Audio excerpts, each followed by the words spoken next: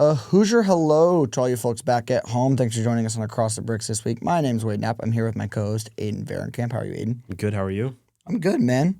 We're back to IndyCar race week. Back at our normal studio. Back to our normal studio for now. Yeah. We've got... It's not as nice as your bonus room, though. Dude, I'm kind of proud of that. I am proud of it, too. I think you did a good job. Thank you. I appreciate that. I took all the racing memorabilia that I own or could find in my house. Or that you got from Fox. Or that I got from Fox. Yeah.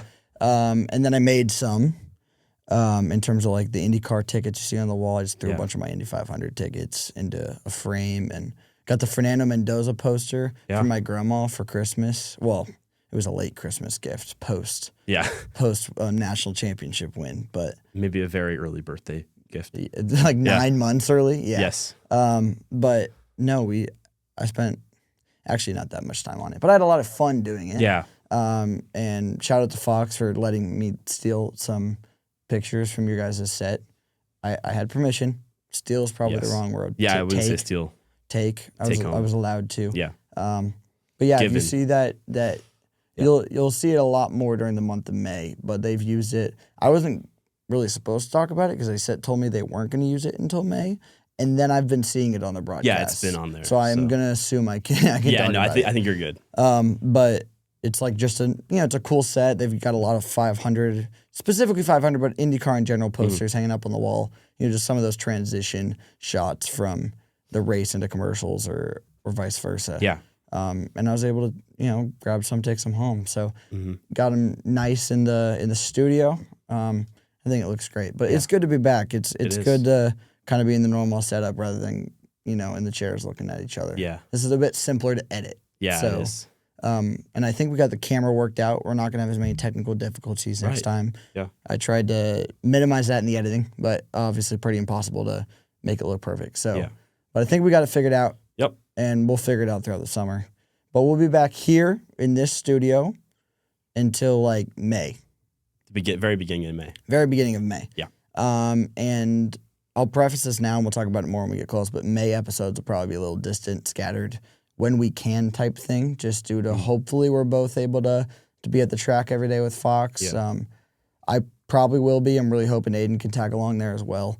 If not, I will be there making content anyway. Yeah, you'll see a lot more Across the Bricks content if Aiden and I can't get an internship. One of us can't get involved. So, and you'll probably still see Across the Bricks content even if we do get involved. You definitely will. We'll use our access in the ways that we're allowed. Yes.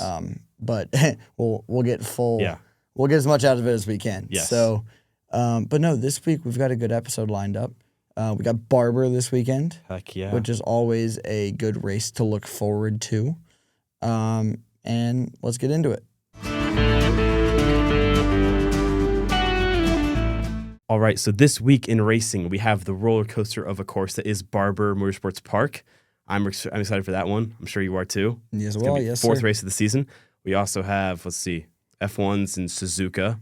Always a great track. And we're going to talk about Japan shortly because IndyCar is linked to Japan, and that's exciting. And NASCAR is at Martinsville. So I love NASCAR at Martinsville. Oh, it's so a fun. little side note. Yeah. Like that track is obviously short oval. Very short oval. Yeah, half a mile. But fits quite well for the NASCAR brand. It's old school. It's fun. And I like it. That, Bristol, some of those similar tracks like that, I do really love. I love Darlington. Darlington they had last weekend, and it was a great race. They took the diffusers off and had 850 horsepower, and it was a fun race. It felt old school. It was really fun. I love that. Those are like the parts of NASCAR I really like. Yeah. I kind of have the hot take that super speedway racing isn't my favorite. Yeah. Just pack racing in general. That's I've probably never not loved. a hot take, honestly. Yeah. I don't think most people. Obviously, Daytona and Talladega are some of like the most recognized races in NASCAR. But honestly, this goes for IndyCar as well. Like pack racing at Fontana and IndyCar was cool. And obviously, some of the best racing we've gotten in IndyCar, but it was scary, dangerous. So that always leaves you on edge. But like I love short oval racing that we've got now. But that's a whole conversation for another day. Of course, yes. But I'm excited for NASCAR this weekend. Yeah. You want to roll into F1 first? Sure, yeah. So Aiden, Suzuka this weekend. Yes. Give me the F1 rundown for someone who I mean, I follow F1, but isn't too deep into it. What are the main storylines going this weekend? Expect Mercedes to win, I think is the number one thing. I mean, it's always one team most likely to win, except 2021 and 2024, where it was like multiple teams in the fight. But I mean, yeah, it's kind of rough. I mean, Ferrari could put up a challenge, but I think Mercedes, their engine advantage is still a bit too much for Ferrari to overcome at this point in the season. So I'm expecting a George Russell win with Antonelli second and then Leclerc or Hamilton third again. Yeah. Mercedes dominance with a hint of Ferrari there in the end, which is what we've seen at every race this year. Yeah, if I'm not mistaken. Both races have been a Mercedes 1-2 and a Ferrari 3-4. Just the order has swapped for both races. Yeah. Let me ask you, what do you make of, obviously we've got the few races coming up that have been canceled due to everything happening in the Middle East in that area right now. Yeah. What do you make of that? Obviously, disappointing to have races canceled, and for the reasons why are obviously not great for world reasons and whatnot. But that's not what this podcast is about. Right. This podcast is about racing. Yeah. How do you think that will it affect the championship? How do you think it will? It might. And like in terms of those circuits, how do you think that might affect F1 going back in the future? Yeah, so there is a chance that Mercedes engine gets changed on June 1st because the FIA is going to review it again. And if that does happen and it actually takes out some serious time from their car, then, Ferrari might be in a better position and maybe a position where they could win the world championship. So 2 races that Mercedes would be certain to win being taken away could be crucial. That's like free points. Yes. That they're not getting. Right? So I think that could be something. Then there is the other chance that Mercedes don't get nerfed in June, and then it turns out that those 2 races wouldn't have mattered anyways. Yeah. Which is unfortunately what I think is more likely. I think we're too deep in. I don't like that. I know, obviously, I like that the FIA is reviewing stuff again and hopefully trying to get everything correct. Right. But if they do come out and decide to nerf it in June, I don't like the look of that for the FIA. Yeah. Because you're just essentially saying that they're legal to start the year. We're going to give them points for the first 4 races of the year. Yeah, it's weird, isn't it? At the time, 2 or 3 or however many it's going to be. Yeah, we have, 2 races until that 3? Yeah, because we have something like that. Suzuka, Miami, Monaco. Yes. No, Canada. So Canada's on the same day as the Indy 500 for some ungodly reason. So weird. But you're giving them 5 races that are going to give them points and start the championship. And then mid-season, you're going to make the decision it's not legal anymore. Yeah. And then also in that situation, you're leaving Mercedes in a really weird spot because you've told them that their car's legal, their engine's legal. For the meantime. They're done racing, so they're continuing developing this, right? It's what you do. It's kind of a stalemate. No one knows what to do yet. Exactly. And I think that's unfair to Mercedes because obviously all of racing is about, innovation, trying to find as much time as possible. Trying to find the loophole and the rules so you can, that's how you get, advantages. Yeah. And that's how racing is. That's how it should be. If you're not cheating, you're not winning. That's the old saying, right? Yeah. So I think, I think they're being unfair to Mercedes. I don't think this makes no sense for them. Yeah. And if they decide to take away their engine, I think it's a really bad look for the FIA. It might be. Yeah. I mean, I hope Ferrari can find something and get a win soon. I think they'll win races this year. But for now, it's going to be Mercedes, unfortunately. Now, I just hope the racing is good in Suzuka because Suzuka has been a bad race the last few years. And if it's good this year, I think that's really good. As beautiful as the track it is. Yeah. I think it needs deserves racing. That puts on a show. And Super Formula does. We'll talk more about Suzuka later. But this is something I want to get your opinion on. With all of the talk about F1, doing manufactured racing, right? With, recharging batteries on the straights and especially what we saw in the first race with George Russell and Charles Leclerc fighting at the beginning. The yo-yo racing. And everyone talking about yo-yo racing and everything like that. If they decide to take away the Mercedes engine, which obviously wouldn't be a good look for the FIA, does that kind of bring on the thought of this is another way that they're trying to manufacture a championship fight or manufacture racing and stuff like that? And is that kind of something that is going to become it already is, but more of a main talking point in F1 of F1 is trying to and the FIA is trying to make good racing in a competitive championship, which I think we can all agree isn't exactly what we want. I think it's not entirely manufactured. I think Mercedes, if they do find that Mercedes is breaching the rules, then they have to be punished for that. Yeah. But it's just confusing that they haven't figured it out prior to the start of the season, and they're going to decide 5 races in. And on a weird. specific date. Right, June 1st. Like, just investigate it some more, and then if you find something, let us know. Yeah. And know that we'll have it done by June 1st. But the fact that you'll announce it, it's like they could have found it in March today, and they're just going to let Mercedes continue it and then not let anyone know till June. There's a lot of, like, weird parts of this that it leaves me unsettled. Yeah, and also what happens June 1st is they're going to decide, like, how far behind other engines are. So, like, Ferrari might get an upgrade if they're a certain amount of points or whatever behind. And then, like, Ford might too, and Audi. Yeah, so it's weird. Essentially BOP. Yeah, kind of. So F1 is bringing BOP.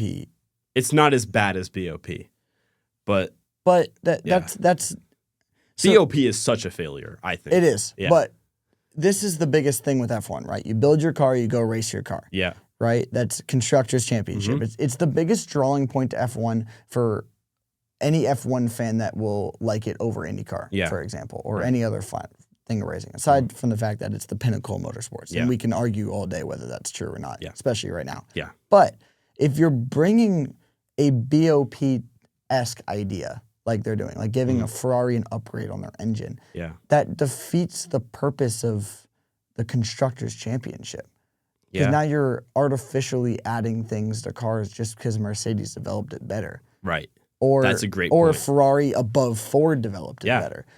It's the same reason I don't like BOP from the beginning, but I understand why IMSA does it just because of the different car model. There's a lot, rules are weirder in IMSA. It's funny though, because BOP favors Porsche so much. Exactly. It's just, and Ferrari and WEC, right? So, I mean, in both endurance racing series, it's been a failure. Yeah, 100%. And now that F1, I'm not going to call it BOP because I don't know too much about it. This is the first time I've been hearing about this from you. But it seems like a similar idea. So, like, are they going to be upgrading, like, Ferrari's engine or Ford's it's just the engine? Yeah. Do you know what they'll be doing in terms of... Because obviously BOP it's just performance upgrades. BOP, they'll give you less fuel capacity or they'll raise your horsepower a bit. Like, it's a weird kind of trade-off.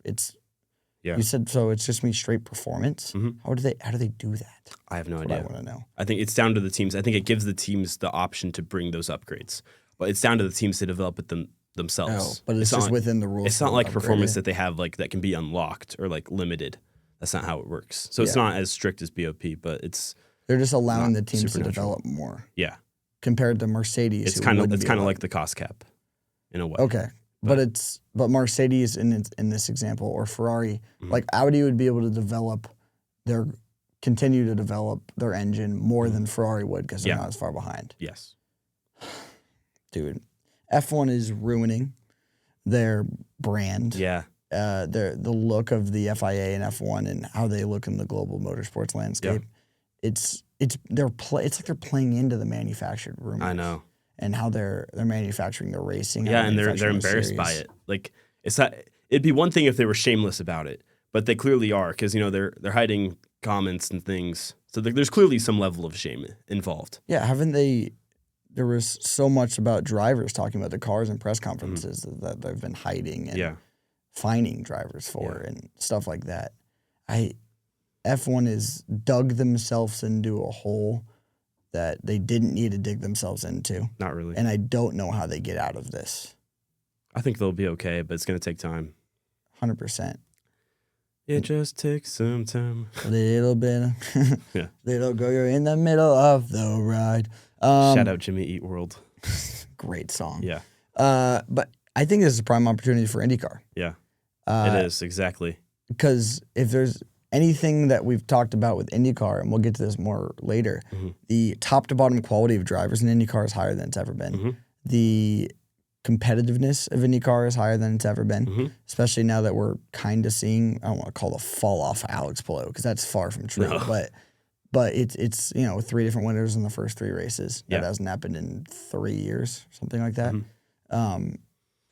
We're starting to see a competitiveness in IndyCar that can rival any motorsports series in the world. Yeah.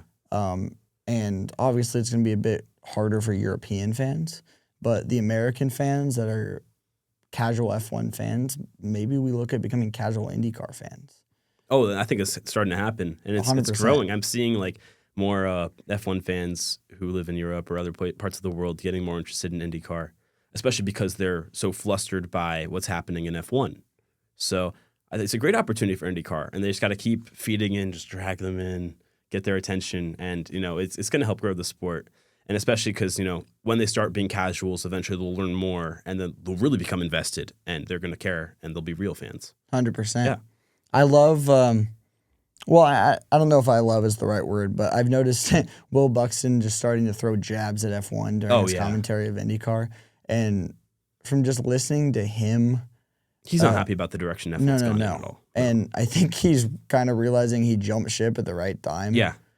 Just the fact of he's would hate to be covering F1. Mm-hmm. He's kind of probably glad he's not stuck in a job that's making him cover something like that. F1's gotten too popular where it's unsustainable to maintain the attention of the casual fan. And it's trying so hard, like what NASCAR did back in 2006, 7, 8, when they had the car of tomorrow, and that was so heavily disliked by drivers. Like Kyle Busch said in the first race with the Gen 5 at Dover, he said it was like the worst car I've ever driven in my life. It was a crap bucket or something. Well, something it's essentially what Max is saying right now. Yeah, I know. And you can compare them a lot, actually, in terms of like what they've said and how they behave on the racetrack. Yeah. But yeah. And that was kind of the start of the NASCAR fall off. Mm-hmm. And 100%. Is this a similar situation with F1? Is this what we're seeing? Because this car will probably be here not only this year, but probably next year as well. Oh, it's going to be here for the next 4 years. Is that announced? So IndyCar's got 4 years to obviously new car coming soon. New car coming soon. So we pray that, soon-ish. Yeah. Whenever it has to be 2028. It has to be. It has to be. I wish it was 27. You know what? Better, but with the situation in the landscape of global motorsports, when you have a new car, it takes a year or two typically to get it tuned and get all of your racing right. And who knows? Maybe all this F1 talk is just a big overreaction, and everything will be fine by 2 years from now. 100%. Who knows? But it's so hard to tell. If it continues on this way, I don't mind IndyCar sticking with this car because we've had it for so long now, obviously, 14 years, but we've got racing in tune. Yeah. Right? It is consistently good racing. We've got the schedule to a point where every track we go to is good for the cars. Yes. We figured out short oval racing, right, which is the best racing on the series. We have the best quality of drivers we've ever had. 100%. Top to bottom, there isn't really There's a few weak links, but that's very few, and they're arguable. The quality of drivers in motor racing is better than it's ever been. Like from top to bottom, we're seeing that in IndyCar, in F1, in NASCAR, in endurance, even MotoGP. There are or maybe very limited amounts of weak links in each grid. Yes. For IndyCar, you got Siegel, you got Rob. I'm not even who doesn't deserve to be there? I'm not even going to argue Kiffin anymore. No. I'm not going to. I'll argue Kiffin doesn't exactly deserve a Ganassi seat. No, but he deserves his spot in the series. He deserves a spot in IndyCar, and he's still 21. Yeah. So maybe he will deserve a Ganassi seat at the rate. He had a podium last year. Yeah. And, we get it. Funding, whatever. Yeah. But it's not like he's finishing 25th every race. Yeah. I was a Nolan Siegel believer for a while. I'm kind of falling off that train. Yeah. But also, I understand why he was in the series. Again, not a McLaren seat, but he did have a good Indy next run. Mm-hmm. He's had a few good races in his career. Yeah. It's not absurd. He was rushed into a high pressure seat. Exactly. That's the problem. 100%. If he got to develop like a normal driver, maybe had another year in Indy next, and then maybe because he didn't win that championship, right? Jacob Abel did. If he had went to Coyne or Foyt first, and then developed, maybe he would have been in a better position. What is this? This is Nolan's third year. Half a year and then a full year. Second and a half year. I really can compare his situation to Kiffin Simpson's. Yeah. Just two drivers rushed into IndyCar. Yeah. And Kiffin's first year was 2024. So Kiffin has a half a season over Nolan. Right. Right? And he's a little bit ahead, right? In terms of he's got a podium last year and a 4th and a 5th place finish last year. But when you compare their first years, they're pretty similar. Yeah, his top finish was 13th or 12th, I'm sorry, at St. Pete. It's just we've got time to go. I I think this is the right time for Nolan Siegel, for them to look at Nolan Siegel and essentially be like, you've got to perform this year. Contracts are a thing, so I understand why he's in the series. Yeah. It was a shot taken by McLaren, and they've just got to honor the rest of the contract. There's money involved in it as well, but Nolan Siegel's not a crazy idea to be in the series. Yeah. And then Stingray Robb, we've talked about how he is competitive on ovals. He has the money. And I think he's the only argument. I'm not going to argue Nolan Siegel because it's just, I get it. Situationally, you think? Yeah, situationally, it's just, I think it's obvious that if he doesn't perform this year, he's out of the series next year. And he's 2 years in the series, essentially. Yeah. Because there was a whole McLaren thing, so I'm not going to even... He's a Le Mans winner, isn't he? Or Daytona? Didn't he win LMP2? Let me look that up. He did something. Yeah. But I'm going to give, Nolan Siegel I think he's a good driver. He's a good kid. He did a lot of sports car stuff, right? I think he was just rushed into a good seat. We've talked about Nolan Siegel before. Yeah, he won the 24 hours of Le Mans in 2024. See, you see what I mean? Yeah. I'm not even going to argue Nolan Siegel. I'm going to back him just enough to say that he's not, a weak link in a series. Yeah. Maybe he doesn't deserve an IndyCar seat, but, he's not. And now, he is funding himself, but I don't think he's directly paying his way into the series. Yeah. I think there is talent behind it as well. When you can argue Kiffin legit paid his way into the series and he's starting to fund it up, Stingray is paying his way into the series, but also at the same time, I'm one to argue Stingray Robb is... There's a long-standing mold of IndyCar driver that we were talking about right before this podcast that are good on ovals and are able to hold a ride because of that. Carlos Munoz, Connor Daly, Stingray Robb, Vitor Mira way back in the day, right? They're able to hold their own in IndyCar and hold a spot just because they have a good oval presence, and that makes them good at the 500. Yeah. And that's the biggest thing, right? Now we're seeing the opposite of that. Christian Lundegaards of the world, what Marcus Armstrong was. He's starting to turn into a complete driver of road and street course, that's their main circuit, what they compete on, can't compete on ovals. I think that is going to be a dying breed soon in terms of that, if you can't figure out the ovals, because it is so important to these teams, your performance at the Indianapolis 500, that McLaren can't afford to fund a full-time number 7 car seat when that car is not viewed as let's go win a race, right? That was the big talk with Ryan Hunter-Reay this year. Lundgaard will win a race. He's going to win on road courses. Well, no, the 500. 500, yeah. But this was a big talk this year when McLaren hired Ryan Hunter-Reay as their 4th driver for the 500 this year. They talked a lot about when they were doing with Larson. Will this 4th entry be an actual competitor to go win the race, or is it just going to be a media stunt, which is essentially what Larson was the last 2 years. 100%. The year before that, they hired Juan Pablo Montoya. That's a legit to go win the race. He obviously didn't have a great race that year, but 2-time winner, JPM can go get you a 500 probably, at least be competitive. They decided to jump back onto the competitive realm with Ryan Hunter-Reay this year, another guy that can obviously still go win you an Indy 500. So I think in my mind, they're making up for the fact that they were able to do that thing with Kyle Larson for the past few years because Rossi in the 7 car was a competitive 500 car. Right. I think they're making up for the fact that Lundegaard can't be competitive at the 500 with the guy in the extra car, right? Yeah. And I don't think that's what they should be doing. I don't know. I think it's okay because Lundegaard's going to win you races in other places. He got 5th in the championship last year. You're not going to kick him out of that seat. I think that's not smart. No, I agree, but I think if you give him 2 more years and he can't figure out how to be competitive on ovals, I think there's a driver that comes along that's a a better fitting thing for that job. I mean, McLaren makes good oval cars. Yeah. Pato is competitive everywhere. Now, it's obviously Pato, but you know what I mean? But do you want a driver who's going to challenge Pato when you want Pato to go win the championship? I want a driver to push Pato. Because Pato hasn't proven Lundegaard does push him, just not on ovals. But I don't think Award needs to be pushed on ovals. He's pushed enough by his competitors. I don't think he has so much comfort.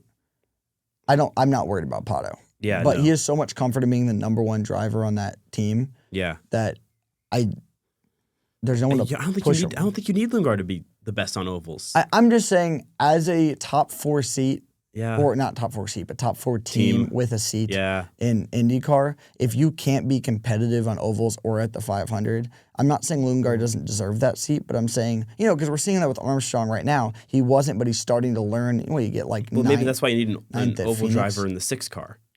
Yeah. And you can balance it out. That's another good example. But I think they're going to have to figure that out. Who do they get?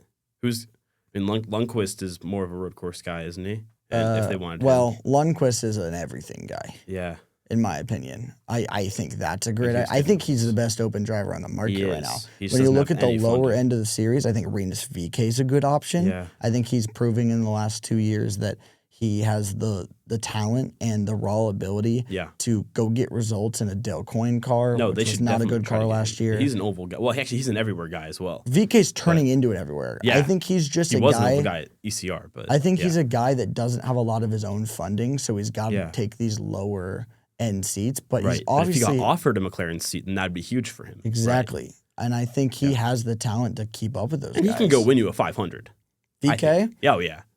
He's competitive there. I think he proved if in the his stones early, fall right, yeah. I think he proved in his early years with ECR that he's fast in qualifying. Obviously, those ECR cars are quite fast in qualifying, but he didn't have the experience to go and win a race or really be competitive after I think he lap has that experience 80. Yeah. I think he's learning it a lot. And I'm really excited to see what we can do in a JHR car there this year. Yeah. Because the Dale Coyne's cars were famously terrible at the 500. Oh, yeah. Specifically, since he qualified like 32nd last year. He qualified 33rd, and Abel got bumped. Was it 33rd? That's what it was.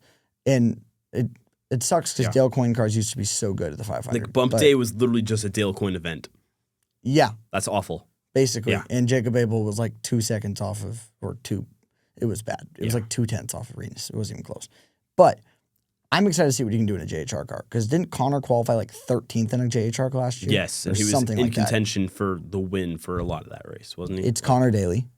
So that's definitely a big point. One of the best, whatever graphic I made that we'll post closer to May, I had him like it's the 4th best driver never to win a 500. Right. Or that hasn't won one yet. But I think I'm excited to see what he can do there. Yeah. And I think Rinus' season this year is going to be a deciding factor in whether I think he deserves that 6 car. I think he does. Me as well. I think Marcus Ericsson is an option for that if he does not. Maybe. I think him going back to Schmidt-Peterson. He knows a lot of guys there. Him going back to Schmidt-Peterson, whatnot. It's a good seat. Yeah. I think he's proving this year so far that he is still good enough to be in a top 4 seat in IndyCar. Yeah. And that he just had a bad year or two. I think he'll be fine if he keeps performing the way he does. Unless they want to get Hauger in as early as possible, which is the other threat. That's his main worry. No, I think we're at a point where no matter what Marcus Ericsson does, Hauger's performing well this year. We talked about this before the podcast today. He's in 13th in the standings. I think it's one of the most under-talked about storylines of the season so far. He's had an excellent start to his rookie year. He's way above what Kyle Kirkwood did back in 2021. Two? Yeah. Is that when his rookie year was? Whenever it was. He's way above what Kyle Kirkwood set in that standards. Probably in a little bit of a better car, but he hasn't crashed yet. Yeah. Well, aside from when he caught it in Phoenix. But I'm the world's best backwards driver. He's finished every single race in the lead lap so far. He has a top 10 already. Yeah. I think he's having a great rookie campaign. If he keeps this up, I think there is nothing Andretti can do to not put them in one of their seats. I agree, knowing that they will lose him if they wait too long. Yeah. It's the same situation they had with Kyle Kirkwood. Right. And in that point, you're not dropping Power because he just signed a long-term contract. I don't think Dennis Hogger is going to wait long enough for Power to retire unless Power drops a bomb on us and retires next year or the year after. And you're not dropping Kyle Kirkwood. No. And you can't add an extra car. Nope. So I think Marcus Ericsson's a ticking time bomb no matter what he does this year, unless he goes and wins the championship or does something crazy, because then you're forced and you put Andretti in a weird situation. Yeah. Maybe if he wins the 500, that's probably the most realistic one. I think you're absolutely right. I think he's stuck. I think Ericsson is he's cooked. He's screwed. There's nothing he can do as long as Dennis Hogger keeps performing at this high level in his rookie year. And I think I've said it since before the season started. I think he's a possible future IndyCar champion. Yeah. I think he is going to be one of the fastest drivers on Saturday in terms of qualifying that we're going to see in the series in 3, 4, or 5 years. Right. I think Dennis Hogger's really quick. And Ericsson could really land in one of those Aaron McLaren seats. I think that give it 2 years for Hogger and 2 years for Lundgaard if he doesn't learn how to drive ovals. I think you're being really harsh on Lundgaard. I Is am. 5th in the championship not good enough when your teammate's 2nd? it's not about being fifth in the championship for me because I think this is probably bad to like criticize you. I'm not criticizing you. Okay. I think as a newer IndyCar fan, you're undermining the importance of the Indy 500 to teams. Yeah. Okay. I know that seems so crazy. You sound a lot like Tony George. I do. Yeah. But he was right. Yeah, he proved his point, but it destroyed IndyCar. It destroyed IndyCar. I don't have the ability to do that, though. No. But it destroyed IndyCar, but he was right. He proved it right. And that's one of the reasons I believe it, is if the IndyCar revolves around the Indy 500.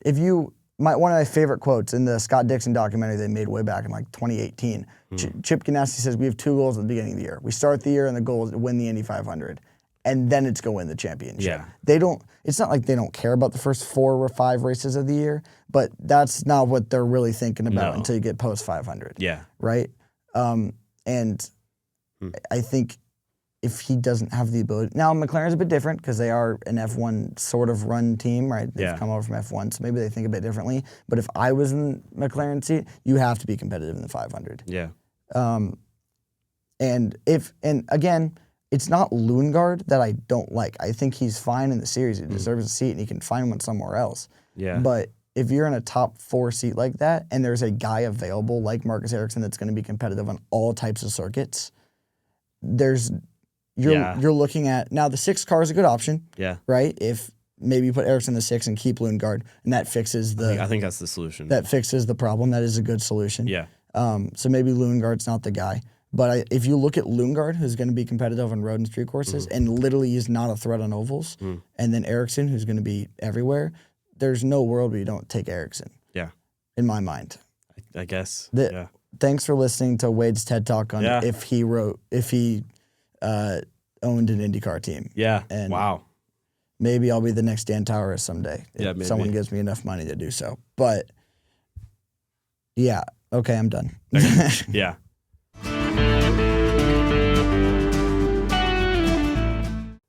We'll break it there. Talk about the quality of drive. Oh, yeah. I went on a straight ramble, but it's okay. That's okay. What do you think? Yeah, the weak drivers in F1, I mean, like... I'll put a break in there where we didn't stop. Probably right before we started talking about the quality of drivers. Yeah. Just to split it up a little bit more. But... Sorry, I started rambling. That's okay. I got upset. Yeah. It's okay. That's what we want out of this week's episode, though. They want to hear my opinions. It's your turn, by the way. All you start talking. You ramble about Japan and IndyCar because you know a lot more about what's happening right now than me. So, wait. Oh, now go. Okay. This past weekend, President Trump met with Japanese Prime Minister Takaichi, and she said that she has interest in having an IndyCar race in Japan again. So, what do you think about that? I mean, we could have it at Motegi on the road course, or the Twin Ring Motegi, which is the oval that Danica Patrick famously won on. Yep. Or maybe Fuji, the road course. All are good options. I did a little bit of research, meaning 5 minutes worth of research in my class right before this at the end. And when I was looking through Japanese circuits that were good ideas, I think Motegi itself. So, preface this. Last time that IndyCar tried to go to Japan, they had it was the same situation. Honda wanted to race. Honda Racing owns Twin Ring Motegi. So, and IndyCar doesn't, especially at the time in like 2012 or whatever when they went there, around there, they didn't really have the funding to get the cars to Japan and everything. So Honda funded everything. Yeah. Like, we'll fund it. We just want to race here. Twin Ring Motegi's oval, which they did 1 year, that Danica Patrick won, is a 1-groove oval, and it became a fuel mileage race because there just isn't a lot of room for passing. Right. And from my research, it's not in very good shape right now. No, it's After not. the earthquake, circa 2013 area. But if they repaved it, you could have multiple lanes. I mean, it's worth looking into. Possible. It's definitely worth looking into, and that's up to Honda with how much they care. But from what I know, they haven't looked into repaving it yet, and it's used as a parking lot for the road course right now. Yeah. Which is kind of a sick parking lot in my mind. Here's my opinion on it. I think we have to do the oval. We have to figure out a way to do the oval. I agreed. Because what differentiates ourselves from F1 and from Super Formula, who's Japanese series? Who does the Twin Ring, or do they? No, Japan. MotoGP does the Twin Ring Motegi No, road course. they do the road course. Yeah. Yes. But so does But Super I'm saying, Formula. like, if we did the I can't Twin- talk. Twin ring. Ring I'm just going to Motegi. start calling it Motegi. Okay, If we do the Motegi road course, then it's a good point. We're not differentiating ourselves from any of those series. Yeah, like why watch if it's just going to be like similar to Super Formula or similar to F1? If it's just exactly all you hear is it's a race. It's an American series racing around a road course. 100%. What's special about that? And it's not like NASCAR where like they made a whole scene when they went to Suzuka 30 plus years ago. This is different. So you got to actually stand out, and I think by racing on an oval is the only way to do that. Yeah, right? 100%. That will turn heads. That will turn heads. It'd be the first time going back, but that oval needs major work. Yeah, it does. The entire facility needs work. So I don't think this is a next year thing. I think there needs to be a year or two worth of elbow grease put into that track probably by Honda. Yeah. They own it, but also just if they really want IndyCar to come and it wants to be effective and to draw an international crowd, especially from Japan. And Honda's been very invested in IndyCar. They have been for a while, and I think as IndyCar, we're pretty thankful for that. But I think Honda would much rather have the Japanese people go see their Indy cars than Aston Martin and F1. Yeah, that's fair. I think I didn't do too much research into the Fuji track and the layout there. I think it's a similar... It's a beautiful course. WEC races there. It's gorgeous. Awesome. I think it's a similar situation to doing the road course at Motegi then. It doesn't differentiate you. Obviously, Suzuka is not a good racetrack, but widely known to be one of the best circuits in the world. It's beautiful. But F1 races there. So F1 races there. I think immediately rules out. I think if they're not, let's say they rule out the oval. Honda says they're not doing it. Okay. Right? Yeah. Because right now we can't throw into anyone's mind that anyone's going to redo anything or whatever. We just have to go with what's available. If F1 leaves Suzuka, which is probably not going to happen. Not happening. Although, who knows? They ditch Spa every other year, so who knows what's happening. We have to go to Suzuka. Even though it's not going to be a good race, it's one of the most famous racetracks in the world. Maybe. That'd be clutch for IndyCar to get. Just a recognizable track. Yeah. But they're not. Oh, wait a second. If F1's ditching Spa for a year, what if we go to Spa? I don't think there's like a Belgian. There's not enough. Yeah. But unless you had a virtual crowd like in COVID and NBA games. There's a few things. With IndyCar going international, most teams don't have the funding to get their cars across oceans and all that stuff, right? It was already a problem when we went to Brazil, and you can still drive through all that. Right. So, obviously going to Canada, Mexico's a different story. But I think, like, just the ability to get over there is going to have to be, it's a lot of funding. It's a lot. The event itself is probably going to have to be fully funded by Honda again. Yep. And last time they did this, it didn't go well, and they were still trying to make up the price difference from it 2 or 3 years later. Yeah. So I'm interested. I know the Prime Minister. Well, yeah, if Takaichi wants to pay for it, then she's free to. Well, 100%. Yeah. But I don't know if that's a good financial decision for her. I think it's good for IndyCar. I don't care about Japan's economy. If it helps us, it helps us. I mean, that's a fair point. I know it's like the most American thing to say, like in terms of diplomacy. But I mean, I think I like the Japan rumors. Yeah. I like that IndyCar's thinking about going back, and Honda and Japan as a nation want us there. Yeah. But I think financially, like, there's stuff we have to worry about first. We have to worry about Mexico City first. Yeah. I think that has been talked about for way too long not to be done. Yep. Obviously, we don't want to do the F1 track because any F1 comparisons doesn't look good. But I think we're at the point where that might not matter anymore. It might not. Because it mattered a lot in 2019. If Pato Award's racing, then we will be pacing. I don't know. I'm trying to figure out something cool to say. Anyway, but if Pato Award's there. If Pato's racing, it's going to be crazy. Let's do it, yeah. Although, is Mexico City a street course? It looks like a street course. Is it, or is it a full-time circuit? Yeah, it is. Well, parts of it are street course. I think parts of it are purpose-built, if I'm not mistaken. So it's kind of weird. Yeah, it's weird. But they could probably build it again for IndyCar. Yes, they definitely could. They did it for NASCAR, so they'll do it. I didn't even know NASCAR raced there. Yeah, last year. I didn't know that. Yeah. Well, I'm not worried about NASCAR comparisons because we do that all the time. Yeah. Are they going back this year? No. So, I mean, IndyCar could do it. IndyCar, NASCAR doubleheader at Mexico City? Wow. Yeah, with Suarez and Award. That'd be crazy, too. That would be kind of wild. Yeah. That would be a great opportunity for IndyCar for international fans. Yeah, it would be. Great. That weekend would make headlines across the world. Maybe. In anything motorsports related. Yeah. I would, motorsports related. That would be a great idea. Yeah. There's a lot of stuff that you can NASCAR talk doesn't about. want to go back, though, because the fans didn't like it, because the fans are, how they are. Yeah. Yeah. Overall, though, I think Japan's a good idea. Yeah. But there's limited opportunities. Like the fact that we only have 3 racetracks to look at is a bit of a problem. Yeah. One of them that we went to last time didn't work and needs to work to be restored. Right. I think there's no hope, not no hope, but like obviously we left Phoenix and then came back this year and was a great race and we figured out some stuff. But I think there's less hope making all of that work for a racetrack and an international event. 100%. If it's not worth it, don't go. And there's no going to Phoenix and with that risk of it maybe not being a good race was a risk, but it paid off. It paid off beautifully, but it wasn't a huge risk. But it's different from flying 3,000 miles. So. Yeah, I don't think that we'll be able to have a test at Motegi if we race there again, right? Just because of the cost expenses to get cars over there and back. Yeah. I just think right now it's too big of a risk for IndyCar. Financially, they can't afford it, and I think there's other things we need to worry about first. Yeah.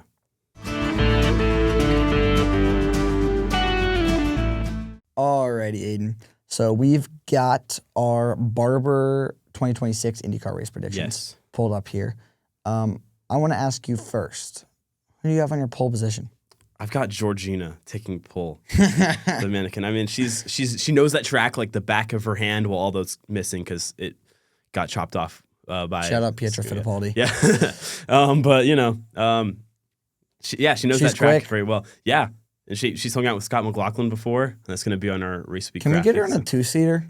Yeah, Is that possible? Yeah, I feel like that'd be great content. Yes. Yeah.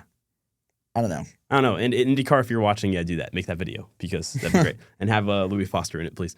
Anyways, I'm sure Louis Foster's going to make a video with Georgina. He's destined to. Louis Foster's bound to make any video. Yes, that's true. Oh my God, I love that guy. He's amazing. And anyways, what a great fellow. Yeah. So. Anyways, who was on your pole position? I didn't actually write anyone down. I genuinely wrote Georgina on my list. Let me think about this for a second. Scott McLaughlin. Okay. Yeah. I like that. He's very good there. He's finished on the podium every year there since 22. Yeah, I think so. I don't have exact stats on that, but I know the last 2 years he finished second and won 2 years ago. Yeah, he won. Yeah, and the year before that.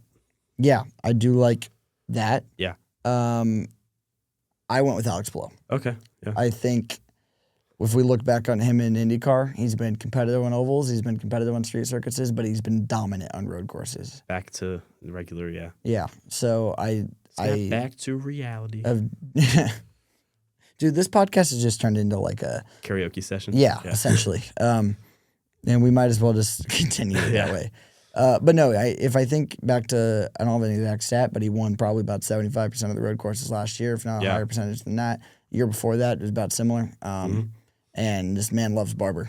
So he loves road courses that are in this style, like Mid Ohio and Road America's not exactly in this style, but more wide open tracks, technical. So I like Alex Palou to get pole and sweep the weekend. I've got him winning the race. I do as well. Yeah, I think it's a good take, Aiden. Do you have any explanation, or is it just Palou's winning? It's Palou's winning. I don't think much more needs to be said.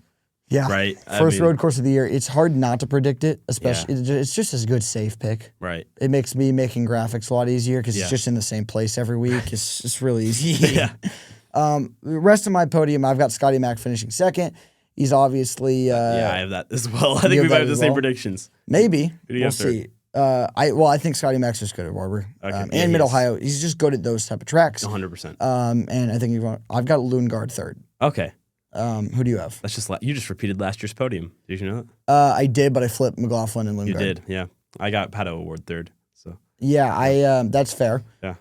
I was looking at when I do these every year, I go look at the last few years, and I really teetered putting Lundgaard, like Natural Instincts. Those were my three before I even looked back at who was on the podium last year, and then.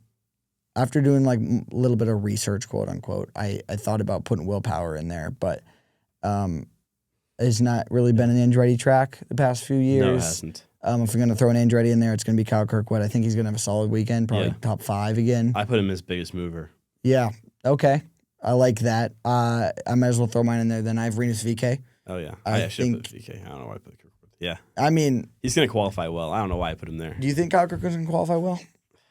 Not as well as he's known to do, but we'll see. I mean, it's going to depend. You know what? I'm going to change it. Okay. This way I don't embarrass myself on the graphic and lose more points to you. Well, you're currently up 11-6. Oh my gosh. Okay. So Aiden is handling me in our predictions. So if you see biggest mover is the hardest to predict. 100%. I don't know who to put. If you see us doing well on the content creators. All right, I put Ferrucci again. I've already put him this one, but yeah. You're putting Ferrucci again? Yeah. It's not a bad idea. Not a bad choice. Yeah, I'm going Rinus VeeKay. I think pick. Very good pick. He always doesn't qualify well in a JHR car because it's a JHR car. And as a driver, I don't think he's actually that good of a qualifier. I think he's just really good at making the best of a Sunday. Yeah. And he's been doing that consistently. Yeah. But yeah, those are our predictions. Aiden's up 11-6. So if you see us doing well in the Content Creators League, it has absolutely almost zero relation. But it's probably Aiden because apparently I'm not very good at this. Yeah.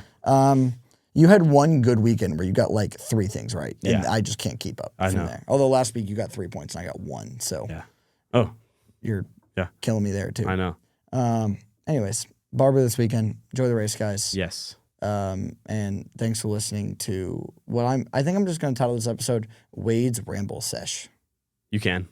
Yeah. Wait, actually, I have one more thing to say before we end. So let's let Aiden wrap it up here. I think. We talked about this before when wanting to make IndyCar a bigger championship.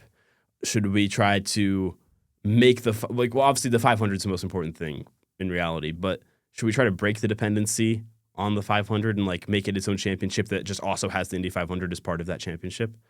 Or do you want it to be all about the 500? Well, this goes back to the conversation we had way back when the 500 was double points. Yeah. Which is... Obviously, double points for a race is unfair.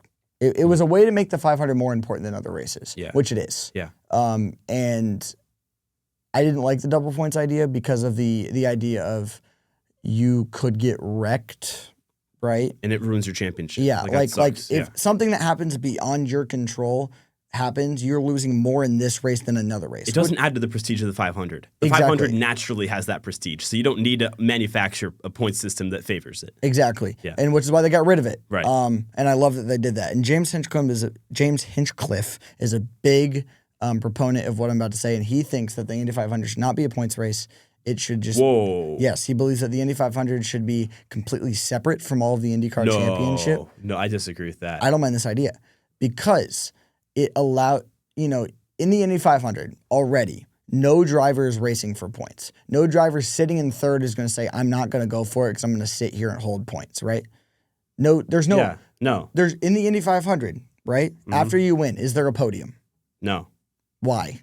Because it only matters if you win. Every other race on the calendar matters if you finish second or third, right? It matters equally on numbers base at the 500, but it's not celebrated the same way for a reason. I'm not mad at the idea. I don't think it'll take away from the importance of the Indy 500 at all. Yeah. And that race is raced differently. It's prepped for differently. It's completely uninvolved in it. But taking it out of the championship, doesn't that discredit IndyCar a bit as a championship? I feel like it does. The real question is because the popularity of IndyCar is on the rise right now. Yeah. Right? And the real question is taking IndyCar points-wise out of the championship going to ruin IndyCar? Is it going to separate it all a bit? And if you continue it as part of IndyCar, right, it doesn't become part of, externally a part of IndyCar. Yeah.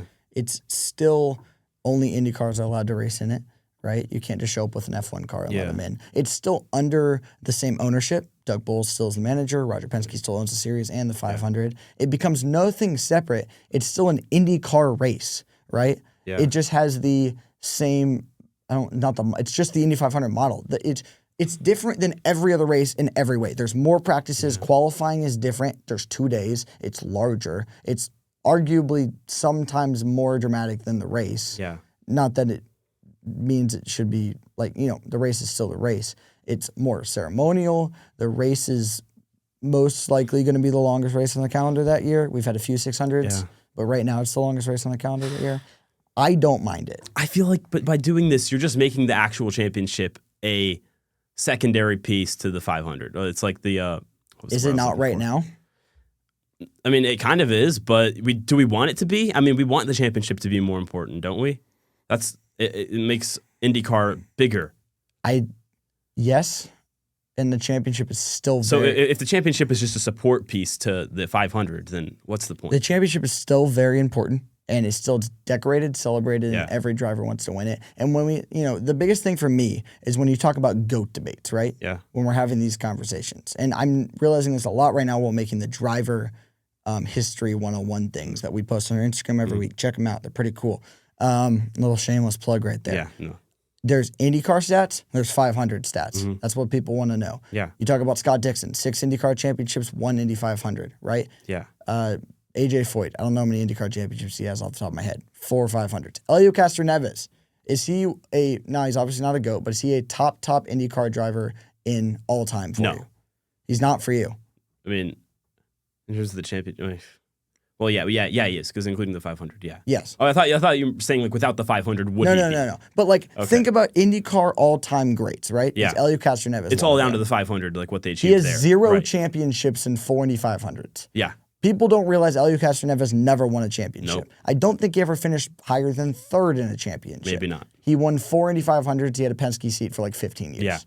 It is more important than any other race. There is nothing you can do to make it not more important than any other race. Nothing IndyCar can do, nothing to change it, because the history, it's all down to the drivers and what they care about more.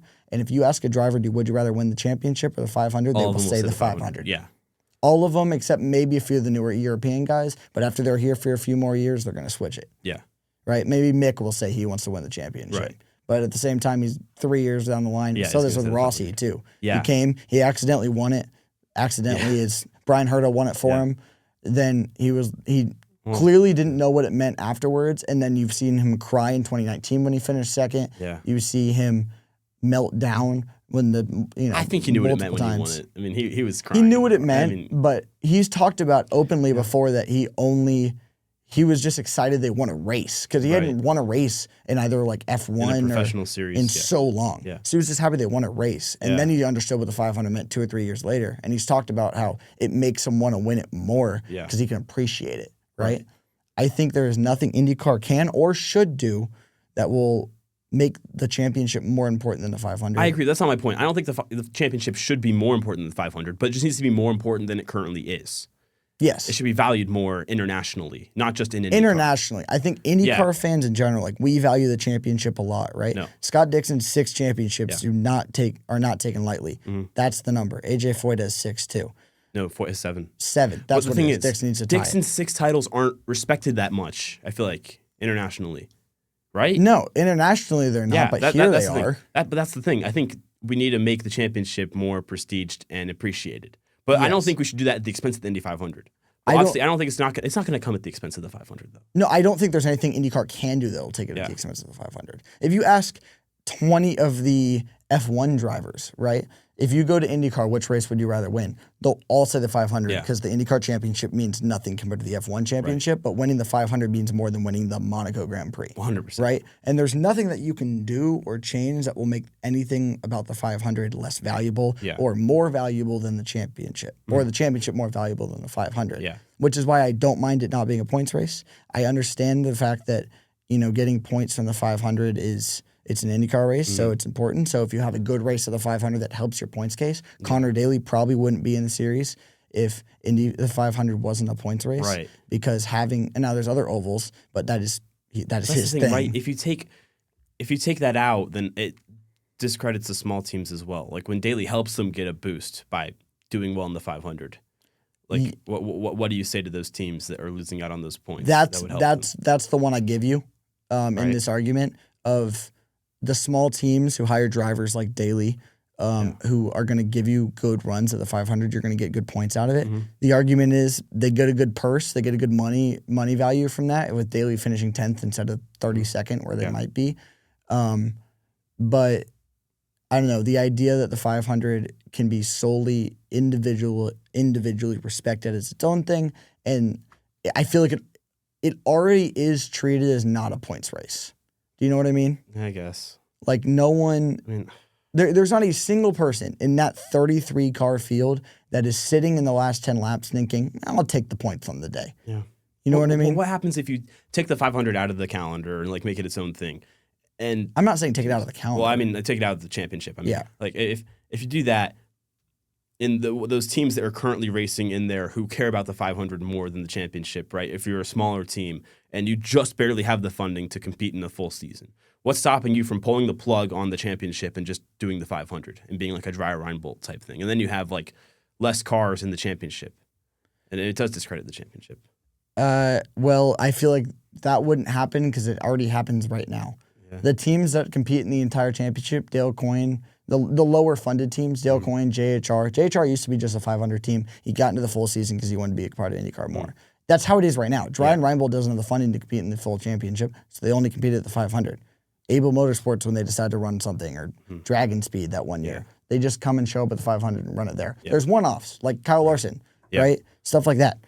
I don't think it'd change at all. I think all it does is it makes the 500 its own thing, and it idolizes it, as it already is. It already is. I feel like it's just unnecessary to take it out of the championship. I don't think there's. I don't see any benefit to it. I think I don't think we.